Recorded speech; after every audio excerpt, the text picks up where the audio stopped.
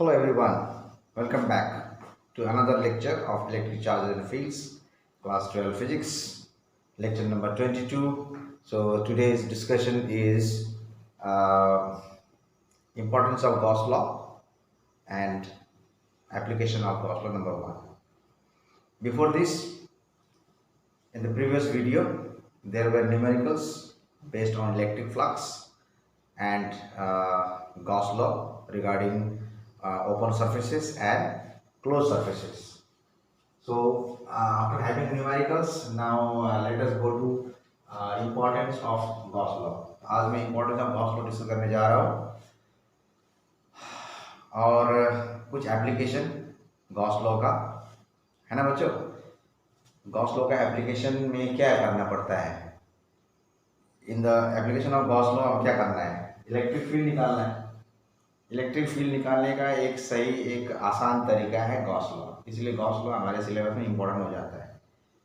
Coulomb's force का जो concept है उसको यूज़ करके भी हम लोग गॉस लॉ इलेक्ट्रिक फील्ड निकालते थे। Electric field due to a point charge, electric field due to a dipole, electric field due to a system of charges, ये these are all based on Coulomb's force, electric field. And when we apply Gauss law and find electric field due to some distribution of charges. अब यहाँ पर एक point note करने की है कि Coulomb's law से हम क्या करते थे? पॉइंट चार्ज के यहाँ पे एक पॉइंट कर दिया P, तो this because of this positive charge इस P पॉइंट में कितना इलेक्ट्रिक फील्ड होगा वो हम निकाल देते हैं। This is point charge. Okay, when we find electric field due to a point charge we apply the concept of Coulomb's law and find out electric field at that point. Maybe it is positive charge or negative charge. If it is positive charge, the electric field will be away from the charge, and if it is negative charge, it will be towards the negative charge. ये होता था। लेकिन Gauss law के द्वारा हम क्या कर सकते हैं? एक charge distribution, not the discrete charge, not the point charge, charge distribution. एक बल्क मटेरियल है, बल्क मैटर है, कोई स्फीयर है, कोई क्यूब है, कोई सिलेंडर है, क्लोज सरफेस है, या तो कोई बड़ा सा रॉड है, लाइन चार्ज है, या तो सरफेस चार्ज है, सीट है कोई, या तो वॉल्यूम चार्ज है, तो चार्ज डेंसिटी दिया हुआ है। तो charge density, based on charge density how to find electric field. मान लो पॉइंट चार्ज तो पॉइंटर हो गया, मान लो एक लाइन चार्ज है, ऐसे लाइन चार्ज है, तो इसकी वजह से या तो पॉइंट चार्ज नहीं है या तो बहुत सारे चार्जेस हैं, uniformly distributed all through the surface, uniformly distributed. इसकी वजह से एक पॉइंट पे फील्ड लाना है, फील्ड प्रोड्यूस करना है, but find out electric field due to charge distribution. तो इसलिए लाइन चार्ज है, इसका लैम्डा होता है ना, क्या बोलते हैं उसको, linear charge distribution, lambda is equal to Q by L. तो ये कंसेप्ट को यूज करके यहाँ से क्यू ढूंढ के एल लैम्डा क्यू ढूंढ के हम इलेक्ट्रिक फील्ड इसकी वजह से निकाल सकते हैं। For that we need to choose a Gaussian surface, इसके चारों तरफ एक गॉसियन सरफेस बनाना पड़ेगा। ठीक है, तो शुरू करते हैं। बैठे बैठे क्या करें, करना है कुछ काम, है ना। शुरू करें फिजिक्स लेके गॉस का नाम। Clear? Importance of Gauss law. Gauss law का इंपॉर्टेंस क्या है? Let us note down.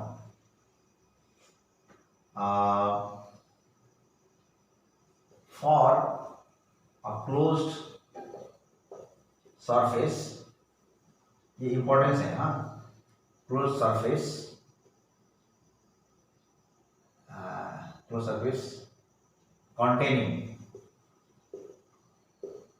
containing no charge,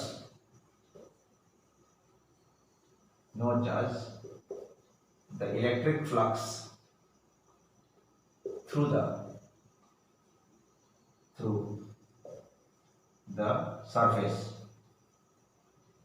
surface is zero। कहने का मतलब एक क्लोज सरफेस है, यहाँ पर कोई चार्ज नहीं है, net charge 0 containing no net charge, no net charge, यहाँ नेट चार्ज 0 है तो कोई फ्लक्स यहाँ से बाहर कोई फ्लक्स नहीं निकलेगा, there is no flux. Why? Simple reason, flux is equal to q by epsilon naught. अगर ये q 0 हो गया तो 0 हो गया flux. So a closed surface, the Gauss law gives us an idea that a closed surface must contain a net non-zero charge. Then there will be flux. Okay. If the net flux, मान लो electric ऐसे आ रहा है electric field ऐसे, net flux 0 आ गया, इसका मतलब it means it does not contain any charge and the electric field is uniform. Net flux 0 आने का मतलब है या तो इसके अंदर चार्ज नहीं है और या तो इलेक्ट्रिक फील्ड जो बाहर से आ रहा है वो यूनिफॉर्म इलेक्ट्रिक फील्ड है. Okay. If there is non uniform electric field, non uniform, मान लो ये एक ऐसे है ना, नॉन यूनिफॉर्म इलेक्ट्रिक फील्ड आ रहा है, E is equal to 50x I cap, something like this, 50x I cap, that means it is changing along with x. अब यहाँ पे कुछ अलग वैल्यू होगा, फिर यहाँ जाके कुछ अलग वैल्यू होगा इलेक्ट्रिक फील्ड का, तो ये वाला फेज में कुछ फ्लक्स होगा, ये वाला फेज में कुछ दूसरा ही फ्लक्स होगा, इक्वल नहीं होगा, इधर तो नेगेटिव होता है जहाँ पे इलेक्ट्रिक फील्ड एंटर करता है और जहाँ से इलेक्ट्रिक फील्ड बाहर निकलता है वो पॉजिटिव होता है, लेकिन मैग्नीट्यूड में सेम नहीं होगा because electric field is changing, non uniform electric field. ऐसे केस में यहाँ चार्ज नहीं भी हो तो नेट फ्लक्स निकलेगा, नेट फ्लक्स आएगा. लेकिन अगर ये फील्ड यूनिफॉर्म है ये इलेक्ट्रिक फील्ड है ना, अगर यूनिफॉर्म इलेक्ट्रिक फील्ड है तो, और ये चार्ज भी नहीं है तो नेट फ्लक्स 0 आ जाएगा. चार्ज नहीं है तो ऐसे भी अंदर से निकलने वाला फ्लक्स 0 हो जाएगा और बाहर से इलेक्ट्रिक फील्ड आ रहा है उसको क्रॉस करके जा रहा है, यूनिफॉर्म इलेक्ट्रिक फील्ड है, तब भी नेट फ्लक्स 0 हो जाएगा. So Gauss law gives us an idea that inside a closed surface there must be a charge, net charge, so that there will be some flux coming out of the closed surface. Is that clear? Okay. Second is any closed surface can be taken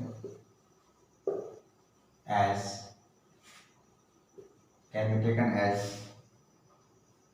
Gaussian surface and the flux through the Gaussian surface does not depend on the shape and size of the surface, है ना. It depends only on the net charge enclosed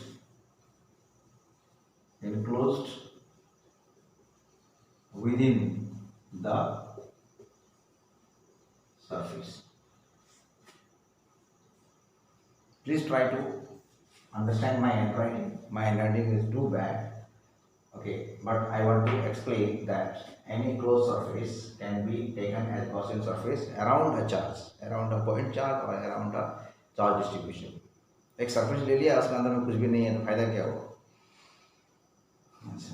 and कोई भी shape का हो, Gaussian surface हो सकता है ना, कोई भी शेप का हो, शेप डजंट मैटर. अच्छा, और flux through the Gaussian surface किस में डिपेंड नहीं करता, उसके शेप में डिपेंड नहीं करता है. शेप जैसा भी हो, अंदर में जो चार्ज है, अगर कोई चार्ज है तो फ्लक्स है, आउटवर्ड फ्लक्स, अगर अंदर में कोई चार्ज नहीं है तो फ्लक्स नहीं है। ओके, बिकॉज फ्लक्स का फॉर्मूला क्या है, क्यू बाई एप्सिलॉन नॉट, है ना। Surface integral of E dot D A is equal to Q by epsilon naught हो जाता है। ये भी फ्लक्स है, फ्लक्स का फॉर्मूला है, फ्लक्स का फॉर्मूला है, और ये भी फ्लक्स का फॉर्मूला है। ये है गॉस लॉ। एक कोई सरफेस ले लिया, उसका एक छोटा सा एरिया वेक्टर ले लिया, एरिया एलिमेंट ले लिया, और हर पॉइंट पे जहाँ जहाँ पर एरिया एलिमेंट लिया वहाँ पे इलेक्ट्रिक फील्ड निकालना शुरू कर दिया। हाँ, तो ये फॉर्मूला को डिराइव करने के लिए हम एक सिमेट्रिकल सरफेस लेते हैं, ठीक है। नॉन सिमेट्रिकल सरफेस का भी हो सकता है, लेकिन वो थोड़ा कॉम्प्लिकेटेड हो जाएगा। तो फॉर्मूला निकालने के लिए हमने एक स्फीयर लिया, बीच में एक चार्ज रखा प्लस क्यू, एक बार दिखा देते हैं, एक प्लस क्यू रख दिया, एक सरफेस ले लिया सिमेट्रिकल सरफेस ले लिया, यहाँ पे छोटा सा डी ए ले लिया, यहाँ पे डी ए ले लिया, इसका इलेक्ट्रिक फील्ड ऐसे आउटवर्ड और डी ए भी ऐसे, तो ई डी ए कॉस थीटा करते, कॉस थीटा कॉस जीरो हो गया, तो ई डी ए का आ गया। उसके बाद में फ्लक्स का फॉर्मूला तो वही है, flux is equal to E D A cos theta, इसका इंटीग्रेशन, और कॉस थीटा बाहर आ जाएगा, कॉस जीरो हो जाएगा, कॉस जीरो 1 हो जाएगा, तो डी ए का फुल फॉर्म क्या होगा, total D A, total integration of D A all the surface pi are square, अगर इसका रेडियस आर है तो, ठीक है। तो यहाँ पर पाई आर स्क्वायर पुट कर देंगे, यहाँ पे ई हो गया इंटू पाई आर स्क्वायर हो गया, और कॉस जीरो तो 1 होता है। तो ये फ्लक्स का फॉर्मूला था, ठीक है, एक ई D A cos theta flux का फॉर्मूला था, ठीक है। अब देखना क्या निकलेगा यहाँ पे, 1/4 पाई एप्सिलॉन नॉट, और ये Q by 4 pi epsilon naught by R square. Distance तो आ रहा है इसका, इस पॉइंट का डिस्टेंस, यहाँ पे हम इलेक्ट्रिक फील्ड निकालना चाहते हैं, यहाँ पे इलेक्ट्रिक फील्ड निकालना चाहते हैं इस पॉइंट पे, यहाँ पर भी वही इलेक्ट्रिक फील्ड होगा, यहाँ पर भी वही इलेक्ट्रिक फील्ड होगा, यहाँ पर वही इलेक्ट्रिक फील्ड होगा। मैंने इसको एक पहले वाले वीडियो में डिस्कस किया था, फिर दोबारा डिस्कस करने का मन कर रहा है। तो क्यू बाई आर स्क्वायर ये हो गया इलेक्ट्रिक फील्ड का, और ये हो गया 4 पाई आर स्क्वायर, कटा कटा कटा कटा कटा, क्या बचा, Q by epsilon not. So to find the formula of this formula, we have taken a symmetrical surface and found out the formula. But surface can be of any shape, any size. हाँ, अलग अलग shape अगर symmetrical नहीं है तो उसको भी निकाला जा सकता है, but it becomes a complicated process. So for general conception, to find the formula, we take the symmetrical surface. Clear है? ओके, तो ये रहा, आप नोट कर सकते हो। सेकंड है third point, it doesn't depend on this one. अच्छा, if there are some charges outside a closed surface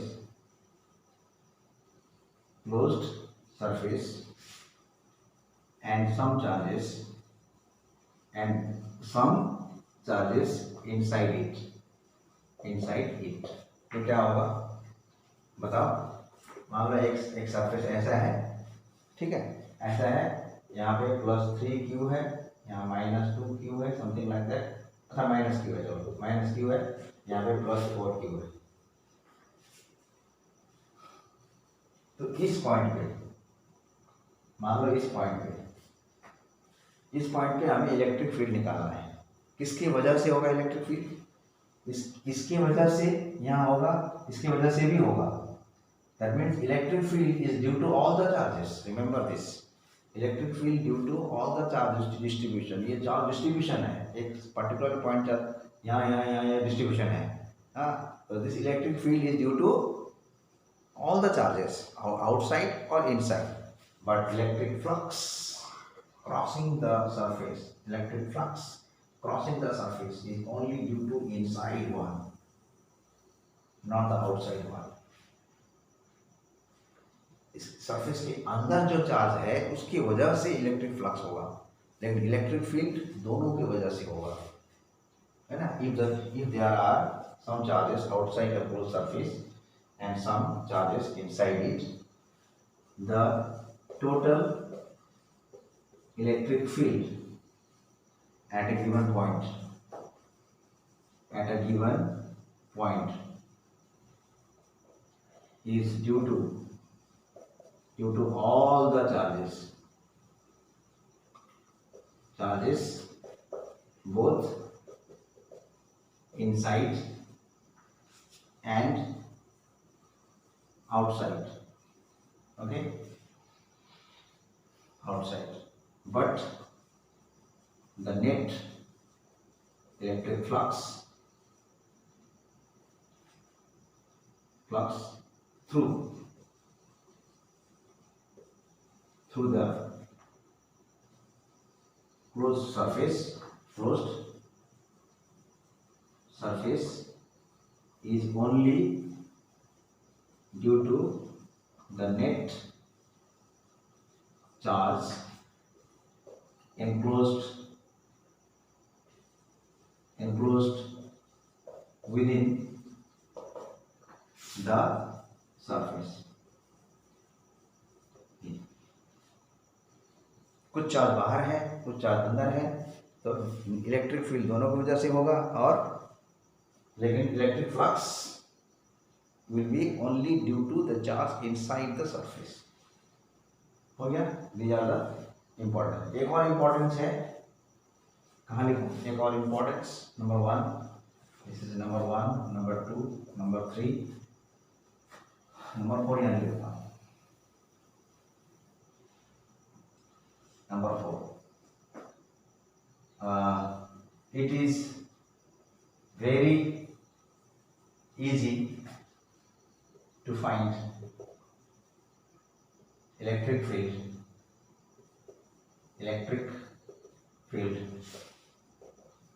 at a given point due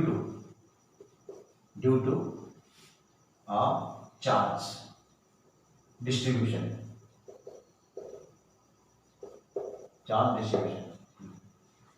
याद रहे, चार्ज डिस्ट्रीब्यूशन मतलब पॉइंट चार्ज नहीं होता है, चार्ज का डेंसिटी होता है। किसी भी बॉडी में चार्ज पूरी तरह से एकदम यूनिफॉर्मली चार्ज बटा हुआ है हर जगह से। मान लीजिए यहाँ पूरी तरह से चार्ज है, यहाँ है, सब जगह पर है, सब जगह पर चार्ज है, सब जगह पर चार्ज है। इसी अगर एक ही जगह पर चार्ज है तो वो पॉइंट चार्ज हो गया, पूरा सरफेस में चार्ज है, उसको बोलते हैं चार्ज डिस्ट्रीब्यूशन। तो जिसको हम लोग चार्ज डेंसिटी से देखते हैं, है ना, linear charge density, surface charge density, volume charge density, है। तो अगर ऐसा कुछ चार्ज डिस्ट्रीब्यूशन है तो उसकी वजह से जो इलेक्ट्रिक फील्ड निकालना होता है, तो गॉस लॉ बहुत यूजफुल होता है इसमें। यहाँ क्या लिखेंगे? It is very useful, very easy to find electric field at a given point due to conservation using Gauss law, Gauss law. क्यों मैं ये बात कर रहा हूँ, या तो बुक में ऐसा बात क्यों किया हुआ है, why this is so. Suppose एक चार्ज डिस्ट्रीब्यूशन ले लेते हैं, ठीक है, चार्ज डिस्ट्रीब्यूशन, ठीक है। अच्छा, अब यहाँ पर मैंने एक छोटा सा चार्ज है यहाँ पे, वो पॉइंट चार्ज हो गया, यहाँ भी और एक पॉइंट चार्ज है, यहाँ भी एक पॉइंट चार्ज है, यहाँ भी है पॉइंट चार्ज, यहाँ भी है पॉइंट चार्ज। अब यहाँ पे मैंने एक पॉइंट ले लिया पी पॉइंट पे मुझे इलेक्ट्रिक फील्ड निकालना है। क्लियर? ध्यान से सुनना, पी पॉइंट पे मुझे एक इलेक्ट्रिक फील्ड निकालना है, इसकी वजह से। तो इस पॉइंट चार्ज की वजह से अकॉर्डिंग टू कूलॉम्स लॉ और according to the concept of definition concept of electric field at a point due to a point charge K Q by R square. ये तो R1 हो गया, ये Q हो गया, मान लो Q सब सेम है, इसकी वजह से ये वाला हो गया, ये R2 हो गया, के क्यू बाई R2 स्क्वायर, इसकी वजह से ये हो गया, इसकी वजह से ये हो गया, इसकी वजह से ये हो गया। ये देखो कितने सारे वेक्टर्स हैं, कितने सारे वेक्टर्स हैं, ये सारा वेक्टर का यहाँ पर क्या करना पड़ेगा, यहाँ पे एक रिजल्टेंट निकालना पड़ेगा। तो so many vectors are there and we need to find out a resultant, only one vector. So it is a lengthy process to find out the resultant, isn't it? It is a lengthy process to find out the resultant of so many electric fields due to so many discrete charges. So this process becomes complicated.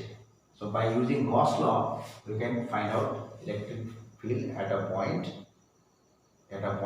due to the charge distribution very easily using charge density concept. Okay, this only we are going to do in the next topic called application of Gauss law. Application of Gauss law. Application of Gauss law. So I will remove it. Okay. Sabas. So we will do application of Gauss law. First of all, we will prove Coulomb's law from Gauss law, and we will discuss that Gauss law can be used to find out electric field, since Gauss law can be used to find a relation given by Coulomb.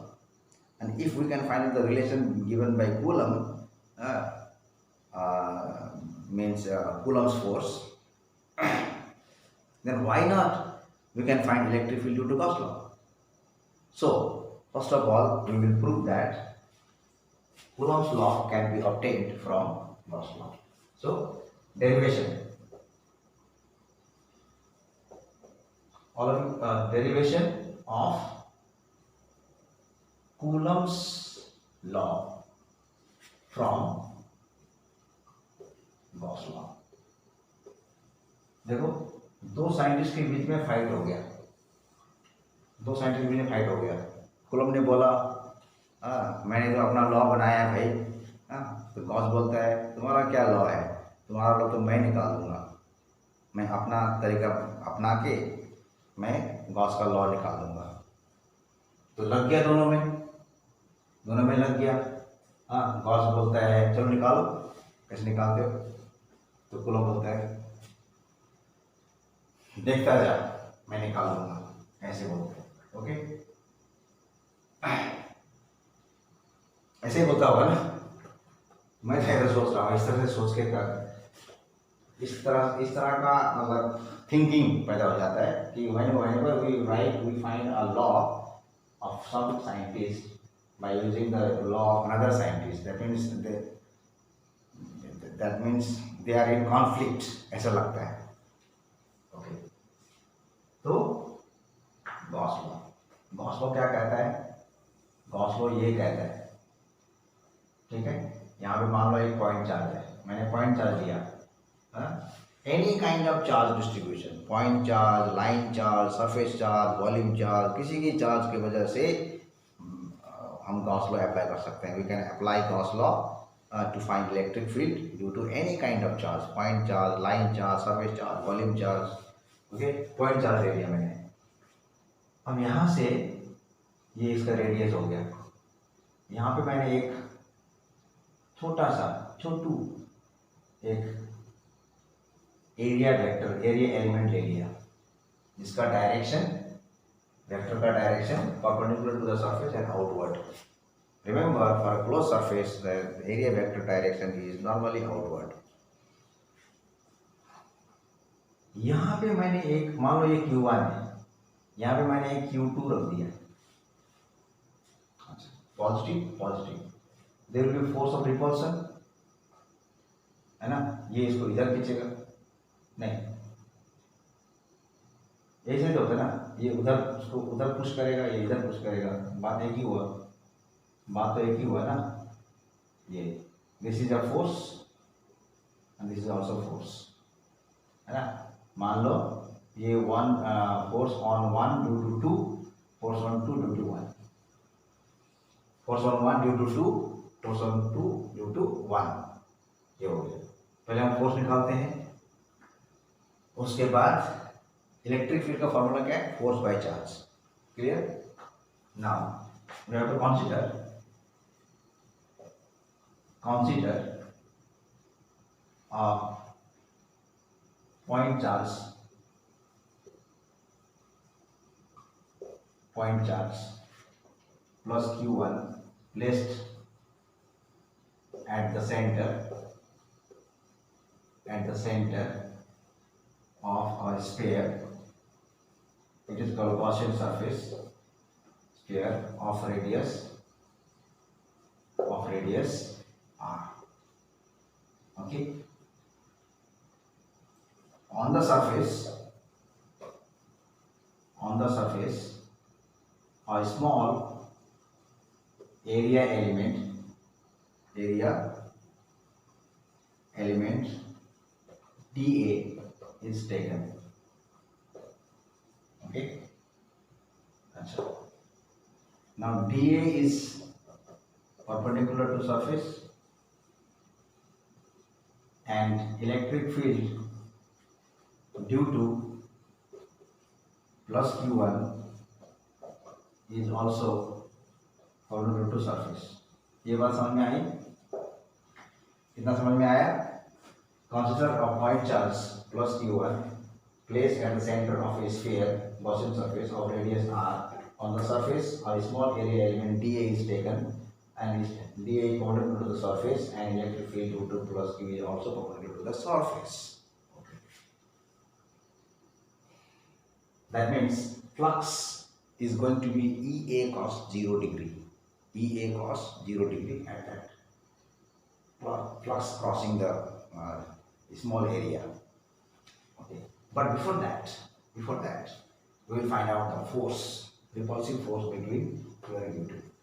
मैंने बोला यहाँ पे let another point charge Q plus Q2 is placed. अच्छा इसको मैं P बोल देता हूँ, ठीक है? ये पॉइंट हमारा P है, ठीक है? is placed at P where we need to find electric field. Okay. यहाँ का इलेक्ट्रिक फील्ड जब तक हम नहीं निकालेंगे इलेक्ट्रिक फील्ड फ्लक्स आएगा, बोलो नहीं आएगा? हर जगह का इलेक्ट्रिक फील्ड निकालना है। इस तरह का डी हम यहाँ भी ले सकते हैं, जैसे यहाँ पे डी ए ले लिया, ये डी ए, यहाँ भी ले लिया डी ए, ये डी ए, यहाँ भी ले लिया छोटा सा डी ए, ये डी ए, ये सारे डी ए को हम ऐड करेंगे। यहाँ से भी इलेक्ट्रिक फील्ड जा सकता है, ये पर्टिकुलर होगा, ऐसे जा सकता है, यहाँ से भी जा सकता है ना? ये सेंटर है तो यहाँ पे होगा, यहाँ पे होगा,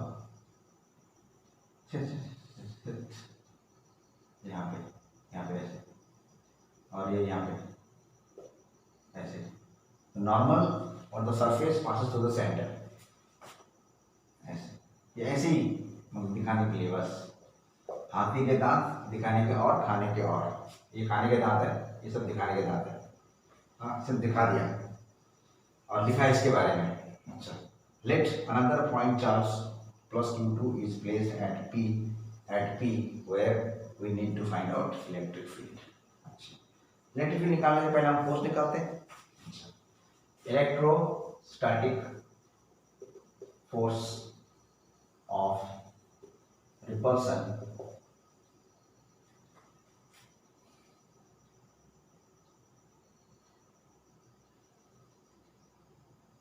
is equal to F।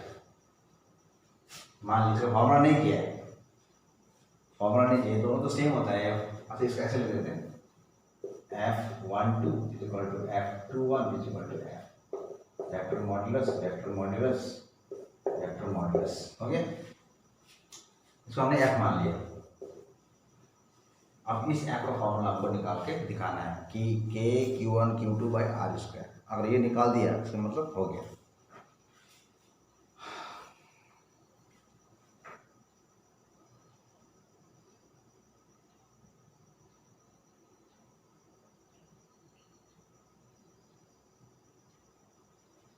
Now, net flux through the sphere क्या होगा ये? पाई net surface integral of E dot dA. My dear student, please remember this. Surface integral of E dA cos 0 degree. E dA cos 0 degree. This is E. E कहाँ पे है? E भी यहीं पे है. ये E है. इलेक्ट्रिक फील्ड भी उसी डायरेक्शन में है और एरिया वेक्टर भी उसी डायरेक्शन में है. 0 डिग्री हो गया तो क्या बन गया? ये फाई था ना. अच्छा, सरफेस इंटीग्रल ई बाहर आ गया. At every point electric same D A, यानी कि ई इंटू ये डी ए का टोटल एरिया कितना होता है?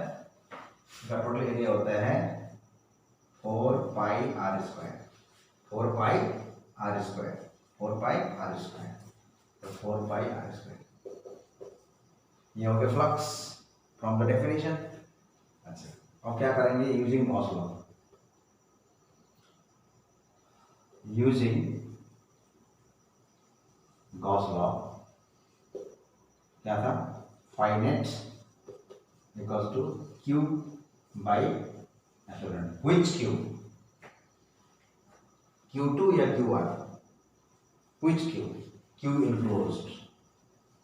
Q enclosed means ये अंदर वाला Q1. तो ये Q1 बन जाएगा. Phi net का कितना था? फाइनेट का ये था. फाइनेट का E into 4 pi are square equals to Q1 upon epsilon naught. अच्छा, अब यहां से E निकाल देते हैं. E equals to Q1 upon 4 pi are square epsilon naught. ये हो गया हमारा इक्वेशन 1. अभी इलेक्ट्रिक फील्ड का फॉर्मूला क्या है? Force by charge. मिटा दो इसको. अच्छा,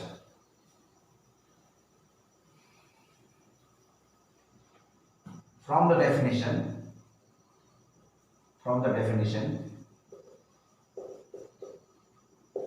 द इलेक्ट्रिक फील्ड राइटिंग बहुत गंदा है. मैं जो मैं बोल रहा हूँ सुन के लिखना है. I hope you can understand my writing. Electric field intensity at P is given by E equals to force by charge. Which charge?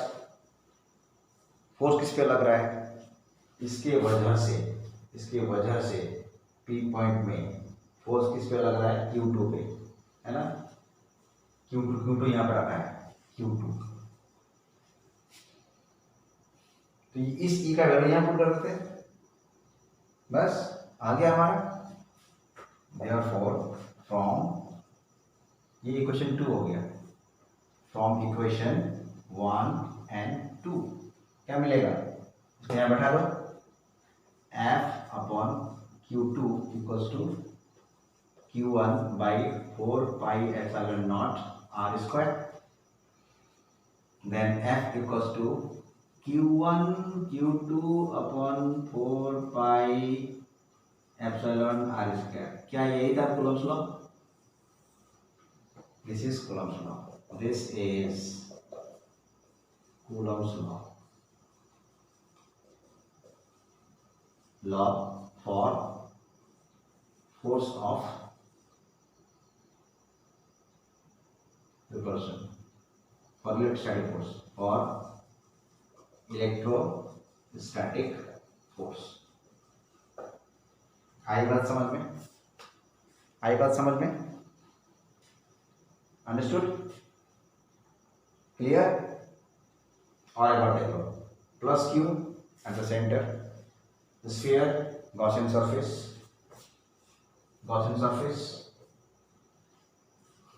small area element dA. At that point is P. At that point another charge Q2 is placed. At that point electric field is found to be the electric field is E. अच्छा, and force of repulsion is also point, is also point charge, and they are of equal magnitude, ये बताना पड़ेगा। Q1 is equal to Q2, ठीक है, magnitude equal है, तो equal हो या ना हो कोई फर्क नहीं पड़ता है, इक्वल हो भी सकता है नहीं भी हो सकता, चलो हटा देते हैं। चार्ज अलग अलग होने से भी दे विल हैव क्या, equal and opposite repulsive force, क्योंकि इसमें जो फोर्स लग रहा है उसका मैग्नीट्यूड क्या है, Q1 Q2 by R square, K Q1 Q2 by R square, और इसमें जो फोर्स लग रहा है उसका मैग्नीट्यूड कितना है, K Q1 Q2 by R square, कोई फर्क तो नहीं आ रहा है। अच्छा, तो इसमें जो फोर्स लग रहा है, इधर का फोर्स सब सेम है, F लग रहा है, मान लो फोर्स लग रहा है F। अच्छा, नेट फ्लक्स क्या हो गया यहाँ पे, कैसे निकालेंगे नेट फ्लक्स, मैंने dA क्यों लिया नेट फ्लक्स निकालने के लिए, ये formula, surface integral of electric field over the surface, surface integral of electric over the surface, तो over the surface E dot dA, E dA cos 0, both are parallel, electric field is a vector, 0, phi is equal to E constant, dA integral, dA is 4 pi r square, surface area of the sphere is 4 pi r square, so E into 4 pi r square is the phi। Now from Gauss law, इतना कुछ हमने लिखा, इतना कुछ हम लोगों ने लिखा, लेकिन गॉस का नाम नहीं लिया अभी लिया, using Gauss law, using Gauss law, ठीक है, गॉस लॉ स्पेलिंग गलत था, using Gauss law, final is equal to Q enclosed by epsilon naught, Q enclosed by epsilon naught, तो final is E into 4 pi r square आ गया, Q के Q, ये Q कौन सा है, enclosed Q1 by epsilon naught, so E is equal to Q1 by, ये नीचे आ गया, ये आ गया, equation 1। Now from the definition we know electrical intensity at point P is given F by charge, force by charge, which charge, this charge, because on that charge there is a force, so F by Q2, so and this value we can put here and get the Coulomb's law। Is that clear? Is that clear? I hope it's clear। Okay, now dear students, we will move to another application of Gauss law, and which is very very important for your board examination point of view, to find electric field at a given point due to a line charge, due to a line charge। Question क्या है, derivation, ये और एक derivation आ गया, derivation ये है, derive an expression for the electric field at a given point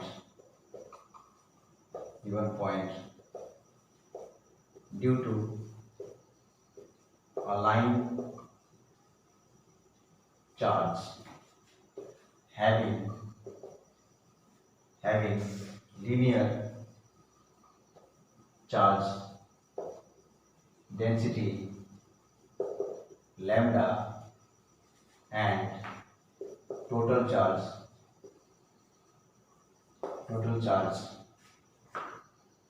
q। अच्छा, the point is at a this perpendicular distance of line charge, and at distance of perpendicular at a perpendicular distance of r from the middle of line charge। क्या समझ में आया? Derive an expression for the electric field at a given point due to a line charge। line charge मतलब charge distribution over a wire भी बोल सकते हैं, charge distribution over a long wire, infinite wire भी बोल सकते हैं, कभी इनफाइनाइट वायर बोल के आ जाता है, कभी लॉन्ग वायर बोल के आ जाता है, कभी रॉड बोल के आ जाता है, एक ही बात है, लाइन चार्ज, लाइन में चार्ज है ऐसे, ये ऐसे लाइन चार्ज, फ्लैट सरफेस वाला नहीं, लाइन चार्ज कहाँ पे, यहाँ पे देखो ये है ना लाइन चार्ज, ये लाइन चार्ज है, यहाँ से आर की दूरी पर, तो ये दूरी कैसी होनी चाहिए, परपेंडिकुलर, यहाँ पे जिसका मिड पॉइंट है, यहाँ पे इलेक्ट्रिक फील्ड फाइंड करना है। तो हम क्या करते हैं, या ऐसे ले लेंगे, इतना ही दूर इधर ले लेंगे, ऐसे कर देंगे, ये देखो, बाप रे बाप, ये देखो सिलेंडर बन गया, सिलेंडर की जो 3D डायग्राम, क्लोज सरफेस, अब this cylinder become the Gaussian surface, cylinder become the Gaussian surface. तो गॉसियन सरफेस अगर हम लेते हैं तो वो नौबत नहीं आएगा, मैंने जो दिखाया था ना, ये मैं बार बार क्यों बोल रहा हूँ, इस मतलब गॉस लॉ का इंपॉर्टेंस यहीं पे है। अगर यहाँ पे कोई फील्ड निकालना है, मैंने पहले भी बोला थोड़ी देर पहले, इसकी वजह से, इसकी वजह से, इसकी वजह से, इसकी वजह से, you have to find out the resultant so many times, so many vectors are there।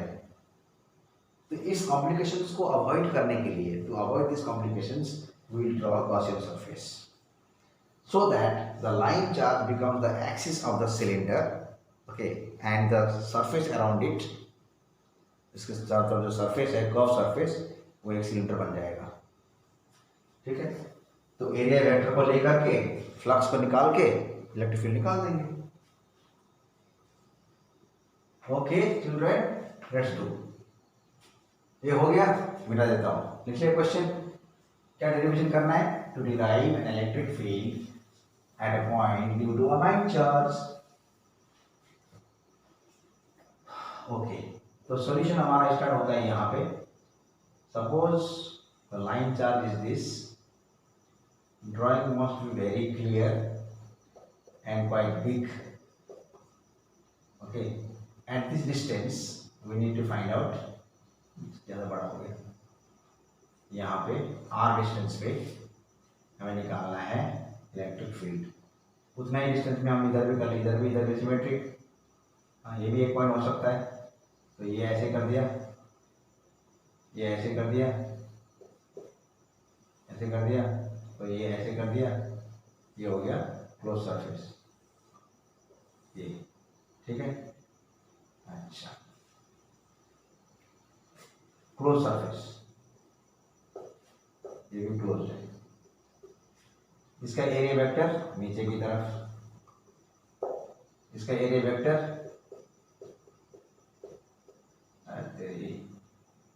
अरे बन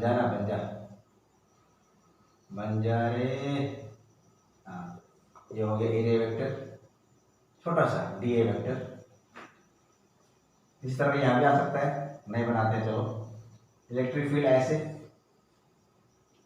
ठीक है, ये ऐसे, मतलब कैसे होता है कि मान लो ये सिलेंडर है, तो ये सिलेंडर है, अब उसके अंदर में इसके एक्सिस में, यहाँ पे एक्सिस में एक लाइन चार्ज है, अब एक्सिस के चारों तरफ सिमेट्रिकली सरफेस है, तो वहाँ से ऐसे ऐसे ऐसे ऐसे ऐसे ऐसे रेडियली आउटवर्ड एक लाइन चार्ज से रेडियली आउटवर्ड दिखाता है, ठीक है।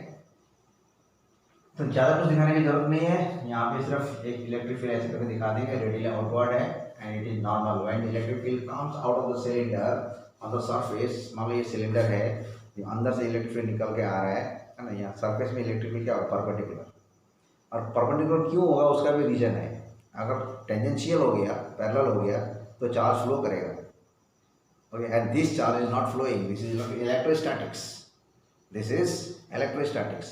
If the electric field is along the surface and tangential parallel, then the electric charges are bound to flow, but this is under electrostatic, this charges at rest, ठीक है। इसीलिए electric field यहाँ से normally बाहर निकलेगा, तो normally बाहर निकल गया, D vector is also normally outward, मैं ठीक बोल रहा हूँ, नॉर्मली आउटवर्ड। अच्छा, इसका जो लीनियर चार्ज डेंसिटी है ये लैम्डा है। लैम्डा का फॉर्मूला क्या है बच्चों? Q by L. इसका लेंथ एल है, लेंथ एल क्वेश्चन में शायद नहीं दिया था, हम दे सकते हैं यहाँ पे। और इसका रेडियस कितना है बच्चों? रेडियस आर है, तो ये भी आर हो गया और ये भी आर हो गया, ठीक है। तो एट दिस पॉइंट पी हमने कहाँ लिया? यहाँ पे लिया पॉइंट पी, यहाँ भी इलेक्ट्रिक फील्ड निकालना है। और यहाँ पर भी हमारा जो डी ए वेक्टर है ये इधर ही आ जाएगा, डी ए वेक्टर, और इलेक्ट्रिक फील्ड भी यहीं पे आ जाएगा, समझ रहे हो? Electric field D A vector और पॉइंट पी ये हमारा ये। So many dA vectors we can take, so many dA vectors we can take, okay। यहाँ पे पूरा सरफेस में, यहाँ हर जगह पर है पूरा ग्राउंड, यहाँ हर जगह पर, ठीक है। This side also. तो सबसे पहले हम क्या करेंगे बताओ? सबसे पहले हम क्यू निकालेंगे, ठीक है। क्यू निकालेंगे क्योंकि इलेक्ट्रिक फील्ड में फॉर्मूला क्या आता है? क्यू बाई के, क्यू बाई आर स्क्वायर आता है। और इलेक्ट्रिक फील्ड का एप्लीकेशन क्या है? फाई में ई ए कॉस थीटा। इस ई के बदले में ये बैठा देंगे, क्लियर? इस ई के बदले में ये बैठा देंगे तो फाई निकलेगा। या तो क्या करेंगे? फाई निकालेंगे अलग तरीके से, क्यू बाई एप्सिलॉन नॉट करके निकाल देंगे, ठीक है। और अब ए कॉस थीटा ये जो है इसको यहाँ लेके आएंगे तो ई बच जाएगा हमारा। जब ई बचेगा तो इलेक्ट्रिक फील्ड का एक अलग तरीके का फॉर्मूला निकलेगा। सिलेंडर के लिए अलग के Q by R square exactly नहीं निकलेगा, कुछ और निकलेगा। तो let us find out Q first. यहाँ लिखते हैं linear charge density is equal to lambda length of the cylinder बोलो, नहीं सिलेंडर नहीं बोलते, of the line charge is equal to L, therefore total charge distribution दूसरा पेन लेते हैं, distribution, total charge distribution on the line charge is equal to Q. कितना आएगा? Lambda L. Formula देख लो, लैम्डा एल। अच्छा, लैम्डा एल। अच्छा, ये हो गया, क्यू आ गया। अब हम एरिया वेक्टर लेते हैं, ठीक है, एरिया एलिमेंट। लेकिन उससे पहले क्या करना पड़ेगा? Gaussian surface. This is what? Gaussian surface. Consider a cylindrical Gaussian surface. What is Gaussian surface? Gaussian surface is a surface which encloses a charge distribution, so that on every point on the surface the electric field is going to be constant and there is outward flux, and the area vector is perpendicular to the surface and outward it. And using that Gaussian surface we can find out electric field due to a point charge, due to a line charge, due to a surface charge, due to a volume charge. इसको बोलते हैं Gaussian surface. तो consider a cylindrical Gaussian surface around the line charge, so that the line charge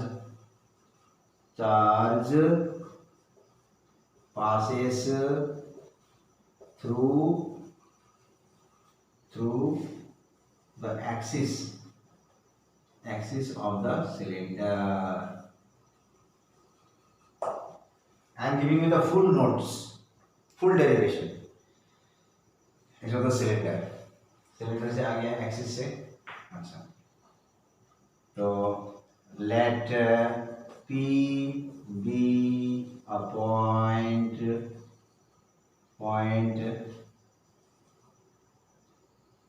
अच्छा, working surface radial cylinder and the field point.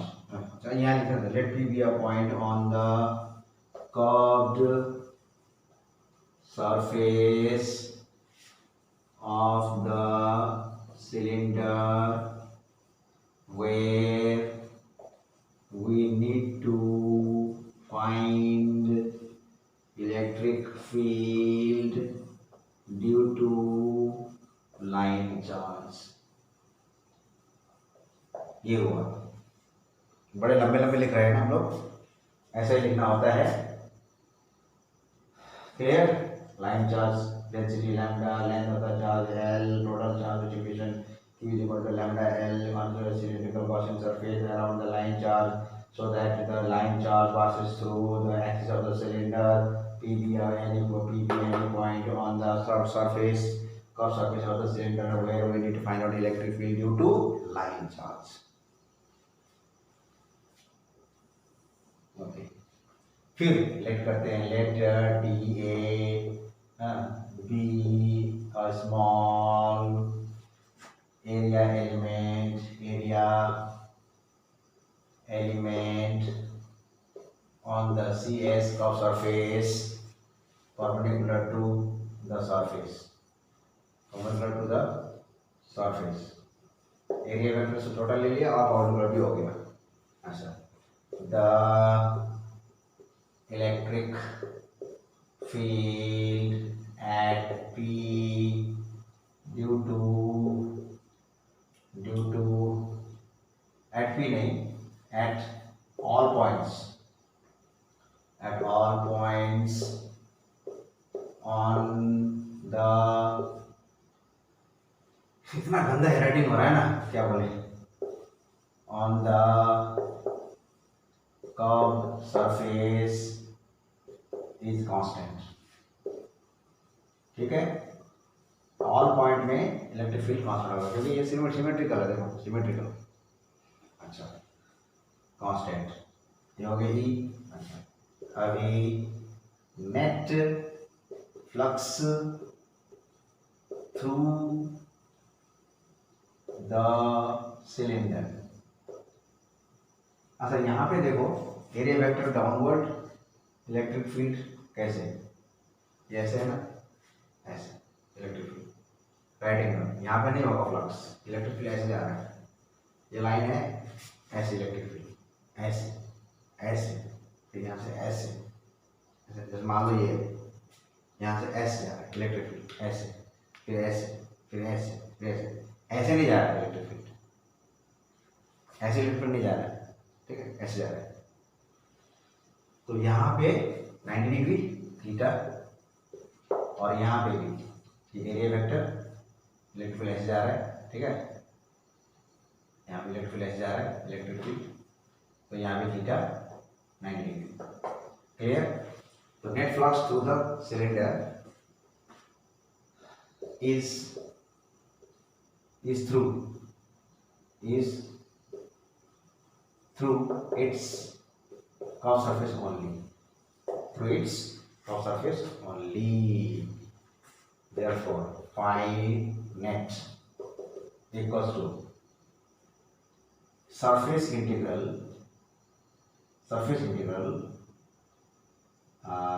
E dot dA। तो फाइनेट तो Q by epsilon not होता है कि नहीं होता है, Q by epsilon naught from Gauss law, bracket में लिखना है यूजिंग गॉस लॉ।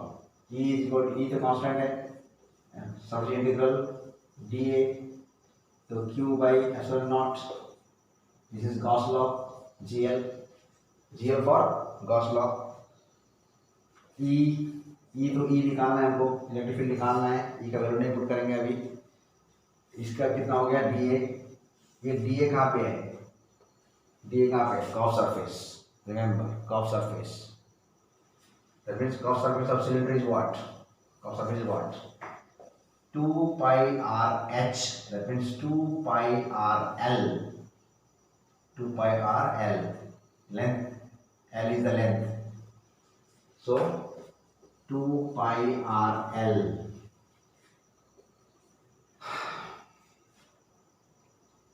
अरे क्यू का कितना है, लैम्डा एल, पुट कर सकते हैं lambda L by epsilon naught E into 2 pi R L, L ने एल को मार गिराया, एल ने एल को मार गिराया, क्या बचा, एल ने एल को मार गिराया, ये इलेक्ट्रिक फील्ड कैसे आएगा, electric field equals to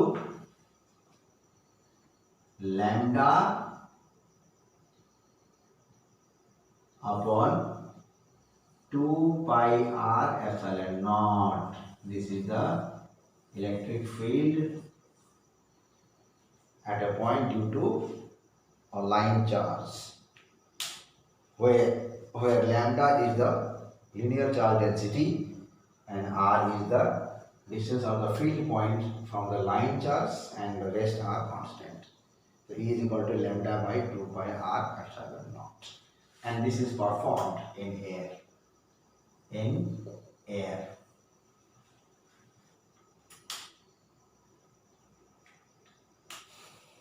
If the same thing is subjected to another medium of relative permittivity, then ER is equal to E naught by E. That time E naught can be changed in by E naught is equal to क्या हो जाएगा, E naught is equal to ER into E, ऐसा हो जाएगा, और कोई दूसरा medium में ले जाते हैं तो clear. Now one more derivation we will do, so please write down, note down.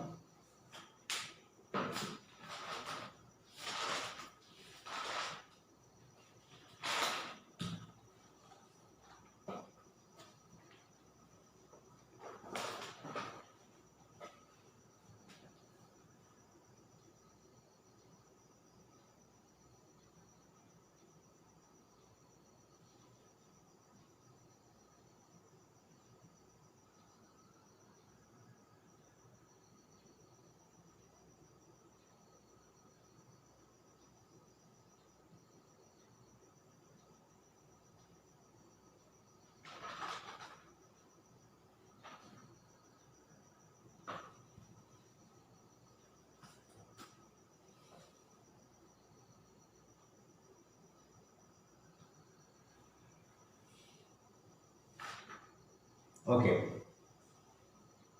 done. So now we will do electric field due to a infinite plane sheet,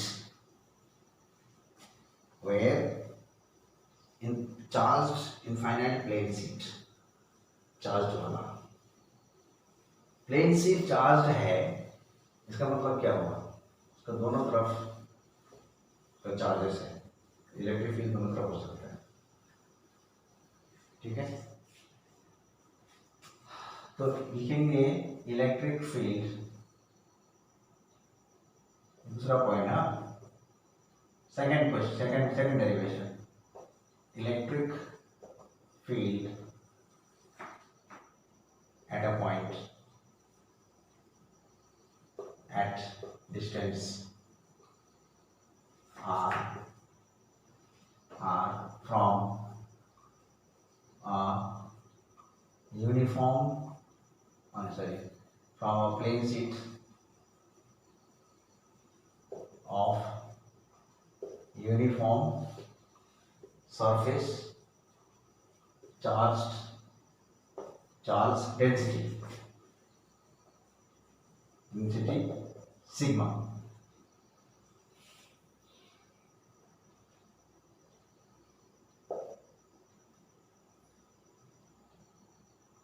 Sigma. Okay. तो sigma and area A. Area A ले लिया,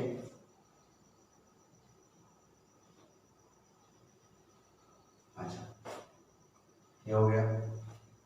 तो diagram क्या होगा इसका, थोड़ी diagram plane sheet कैसा होता है, ऐसे मान लो ये ऐसे, ये ऐसे, ओके। तो यहाँ पे बहुत सारा चार्ज है, कहाँ कहाँ पर है, सोच लो ये खड़ा है प्लस वर्टिकल ऐसे रखा है, ऐसे ऐसे रखा है सीट को, तो इधर भी इसका इलेक्ट्रिक फील्ड आएगा, इधर भी इलेक्ट्रिक फील्ड आएगा, electric field will be here also and even here. इस साइड से अगर देखें, it is open surface, remember, ठीक है। तो हमको गॉस लॉ कैसे अप्लाई करें इसमें, this is open surface, how to apply Gauss law, for that इसका चार्ज डेंसिटी कितना है, सिग्मा है। तो what do you mean by charge density, sigma is equal to you know Q by area, sigma is equal to Q by area, sigma is equal to Q by area. तो हम यहाँ पर क्या करते हैं, यहाँ पे एक यूनिफॉर्म सर्कुलर क्रॉस सेक्शन काट देते हैं ऐसे। अब बताओ यहाँ जो सरफेस चार्ज डेंसिटी है यहाँ पे कितना होगा, इस सर्कल में कितना होगा, वही होगा, सिग्मा ही तो होगा। डेंसिटी का मतलब क्या, हर जगह पर density charge per unit area, छोटा छोटा एरिया लेने से भी जो वही होता है, that is the meaning of density. तो छोटे एरिया में ये वाला क्रॉस सेक्शन में, उसमें भी सिग्मा हो गया, ठीक है। अब ये क्रॉस सेक्शन को हम क्या करेंगे, दोनों तरफ एक्सटेंड करेंगे ऐसे ऐसे, ये हो गया सिलेंडर, इधर भी कर देंगे, इधर भी कर देंगे, ये हो गया सिलेंडर, थोड़ा टेढ़ा हो गया भाई इधर, ये सिलेंडर हो गया। तो सिलेंडर तो अभी तक कर्व्ड हो गया, सॉरी क्लोज फिगर हो गया, 3 डायमेंशनल। अच्छा इसका एरिया क्या लेंगे भाई, इसका हम रेडियस ले लेते हैं R, radius R. Please draw nice cylinder और nice type of diagram, okay, and just understand here this is R, this is also R। तो सिलेंडर का लेंथ कितना हो गया, यहाँ से यहाँ तक 2R हो गया।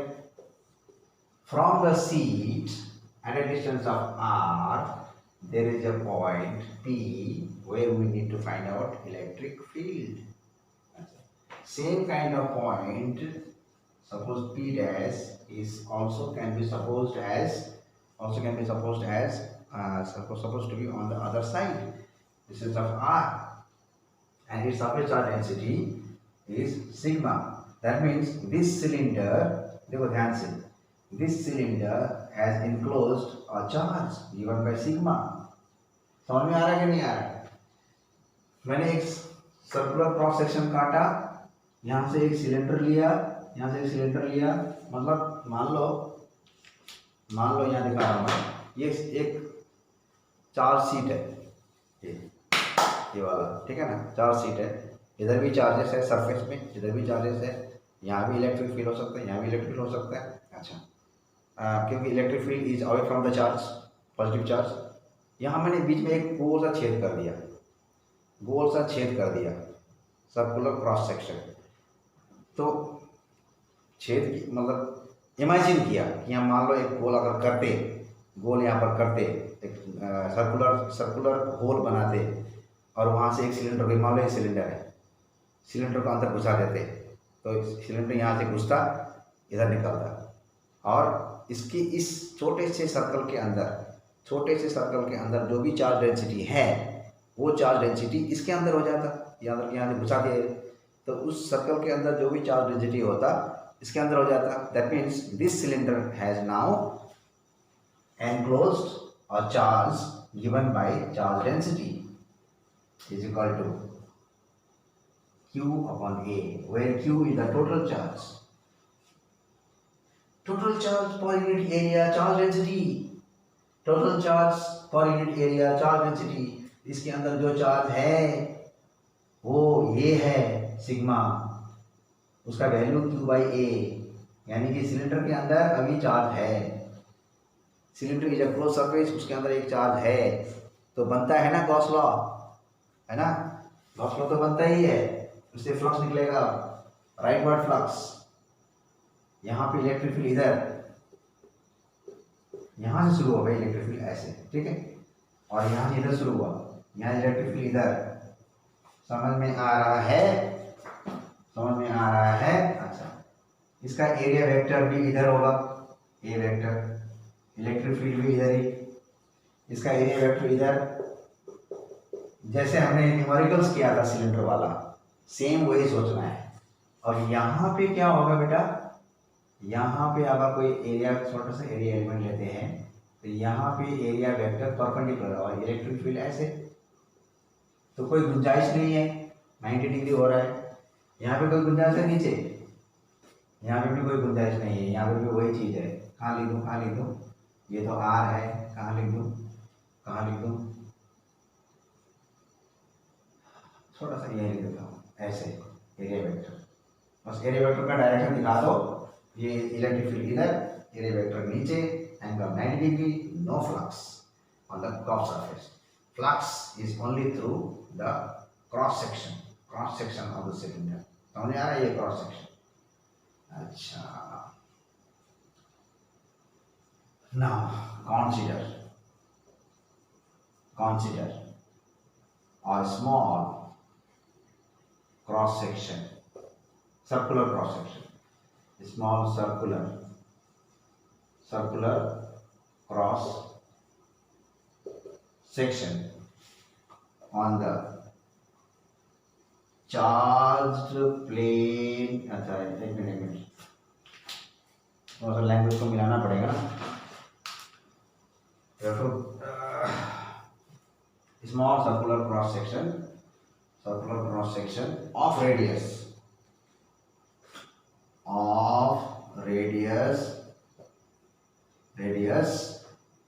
r, इसका रेडियस r है ना, हाँ, radius r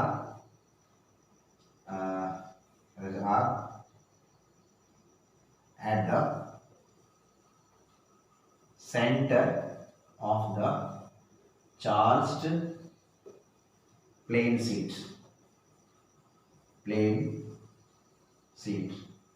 of area A and surface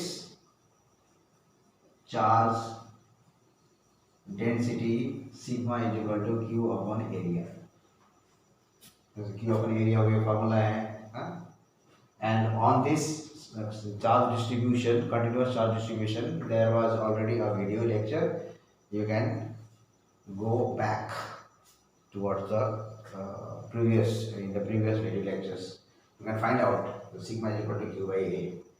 तो इसका q by a हो गया, तो इसका q by a, ये वाला पूरा का q by a sigma charge density, तो छोटे वाले का भी वही होगा चार्ज डेंसिटी में कोई फर्क नहीं पड़ता है, q sigma is equal to D Q by D A भी होता है, ठीक है। अब मान लो इसमें डी क्यू है, अब और क्लियर कर दूंगा, इसमें डी क्यू है और ये छोटा सा एरिया डी ए है, तो sigma is equal to D Q by D A, sigma is equal to Q by A, क्या फर्क पड़ता है, फर्क क्या पड़ेगा, इसमें कूलम, इसमें मीटर स्क्वायर, इसमें क्या है, इसमें भी कूलम आ रहा है, मीटर स्क्वायर आ रहा है, नो फर्क, इज देयर एनी फर्क, नो फर्क, ओके। तो ये देखो कहानी, गोल छोटा सा डी ए, छोटा सा charge D Q, total charge Q, density sigma is equal to Q by A और D Q by D A, चलो लिख भी दिया इधर, अब यहाँ लिखना पड़ेगा क्यू बाई ए। अच्छा, therefore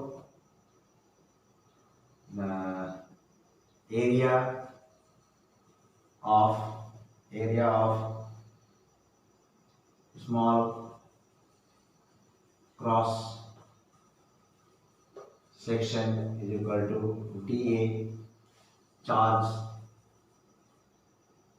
over that area is equal to dq. Therefore sigma is equal to dq by dA. क्या फर्क पड़ता है?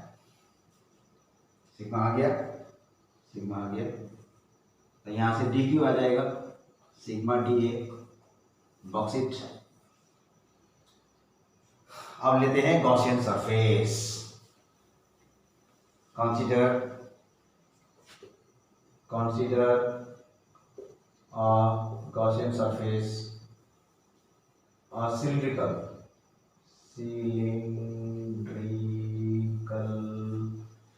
Gaussian surface through the cross section।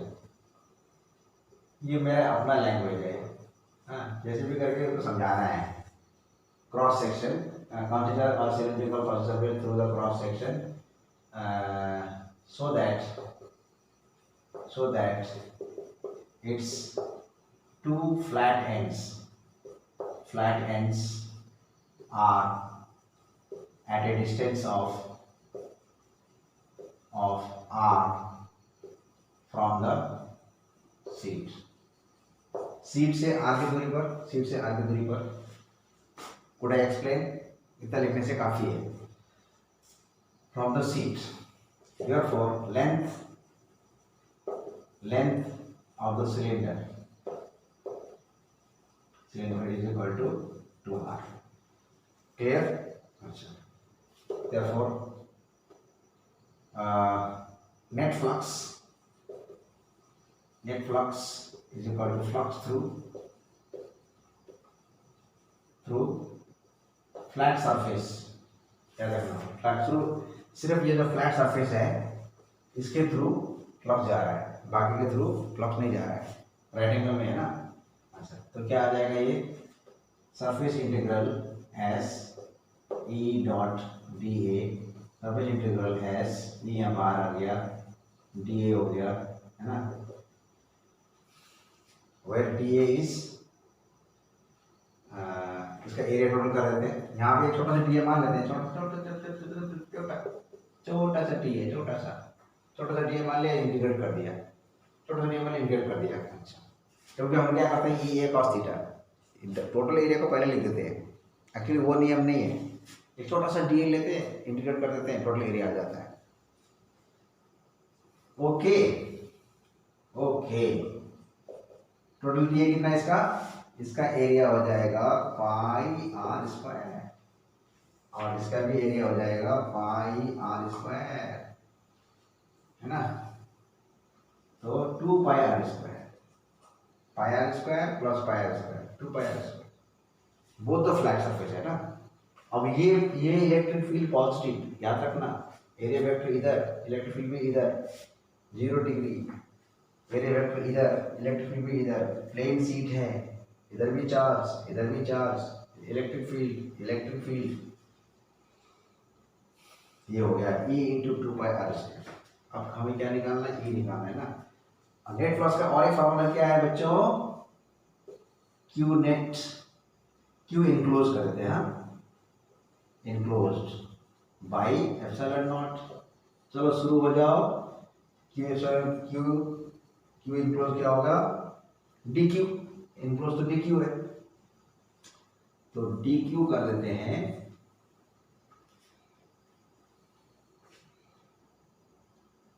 यहीं पे कर देते हैं DQ बाई DA। यहाँ करना पड़ेगा, यहाँ पे इंटीग्रेशन किया तो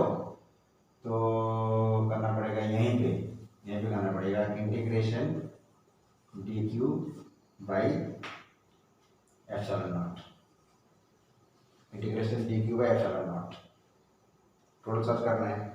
अब यहाँ पे क्या आ जाएगा? DQ का टोटल चार्ज हो जाएगा, DQ का वैल्यू हो जाएगा sigma DA DQ equal to sigma DA by epsilon naught, integration. अभी इंटीग्रेशन चल रहा है, अभी दोनों तरफ से इंटीग्रेशन खत्म हो जाएगा, ये हटा दे इसको थोड़े से, तो ये सिग्मा बाहर आ गया। इसका टोटल एरिया कितना हो जाएगा? 80A। टोटल एरिया बताओ, what is the radius r, what is the radius r, what is the radius r। इसी सर्कुलर क्रॉस सेक्शन से सिलेंडर को पास किया है तो इसका भी रेडियस r हो जाएगा, तो पाई r स्क्वायर। नीचे कितना आ गया एप्सिलॉन नॉट, ये क्या हो गया, ये 2 कहाँ चला गया।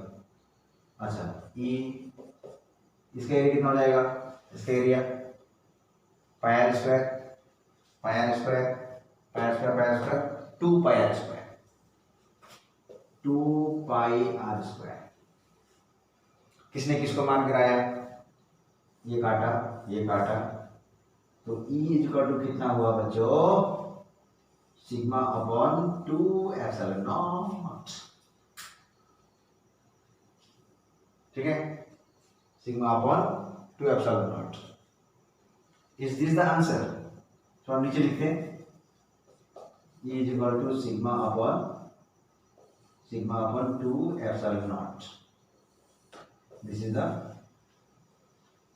Electric field due to a plane sheet charge with uniform charge surface charge density.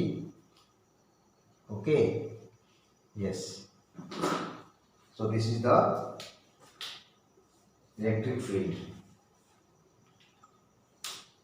Okay, ठीक है, मैं और बार समझा देता हूँ ठीक से, एकदम ध्यान से सुनना। There is a plane sheet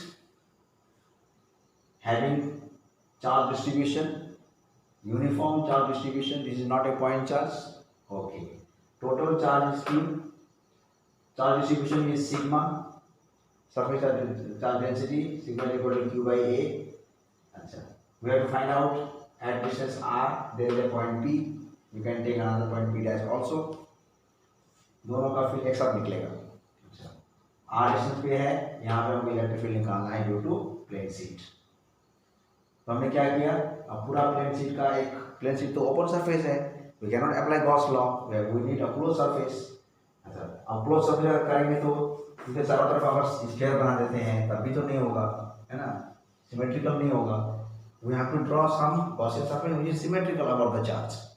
अच्छा, अब हमने क्या कर दिया, यहाँ पे एक सर्कुलर क्रॉस सेक्शन कर दिया। क्रॉस सेक्शन से हमने इमेजिन किया कि एक सिलेंडर को डाला अंदर, हमने इमेजिन कर लिया कि मेरा, मान लो मेरा हाथ को छेद कर दिया ऐसे राउंड, है ना, राउंड कर दिया, उसके बाद यहाँ पे छेद कर दिया, डाल दिया ऐसे, मुझे दर्द भी नहीं हुआ। अच्छा, सिलेंडर को डाल दिया, ऐसे डाला कि सिलेंडर का ये वाला एंड आर में है और ये वाला एंड ये भी आर में है, टोटल डिस्टेंस हो गया 2r। बाद में इसका कोई मतलब नहीं है, देखो इसका जो टोटल लेंथ है उसका कोई मतलब ही नहीं हुआ। अच्छा,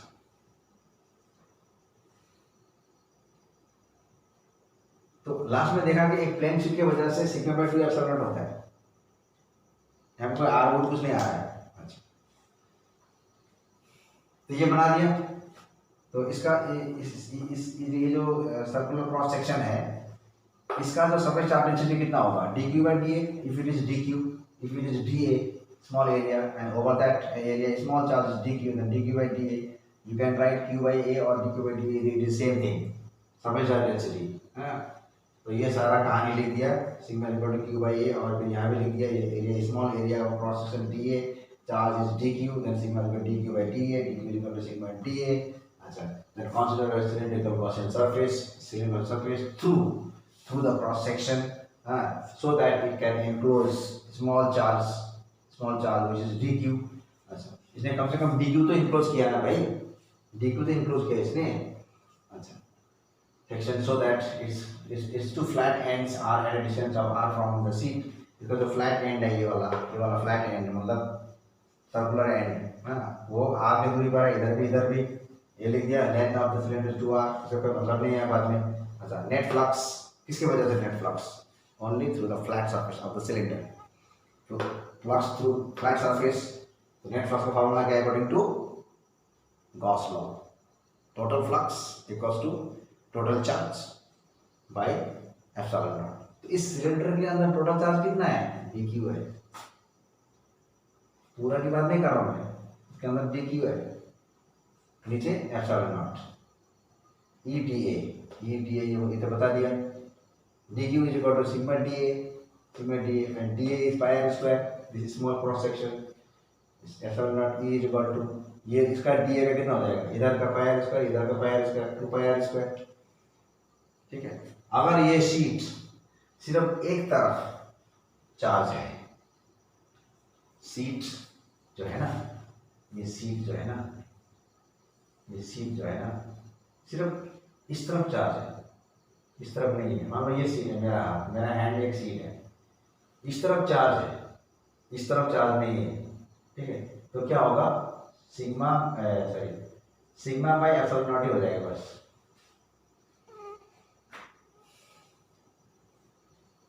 तो उसको बाद में करते हैं, इलेक्ट्रिक पोटेंशियल में अभी नहीं करेंगे, अभी तो इतना ही है।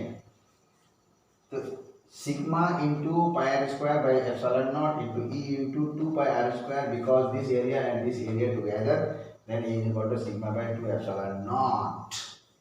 So this is the derivation of electric field due to a plane sheet having uniform charge distribution, having surface charge density sigma equals to q by epsilon naught, ठीक है। सिग्मा, ये मेरा सिग्मा है, sigma. So students, today we have done 2 derivations based on application of Gauss law, and these are very very important. One more important derivation is there about sphere, the spherical shell having some charges, and to find out electric field inside the shell, on the shell and outside the shell, electric field using Gauss law. Okay, so that is also very very important and nice, very important and very interesting derivation that we will be doing in lecture number 23. Today it was 22. Okay, so till then study properly, keep on practicing and search so many other questions related to Gauss law, related to electric flux, and randomly practice numericals and get perfect knowledge on it and get the right concept. Okay, and welcome to my YouTube channel, Right Concept Learning. Okay, and visit this channel and subscribe it, like it. You will enjoy actually, and I will give my 100% to make you understand each and every topic of the syllabus of class 12 physics. So all the best, keep studying. Thank you.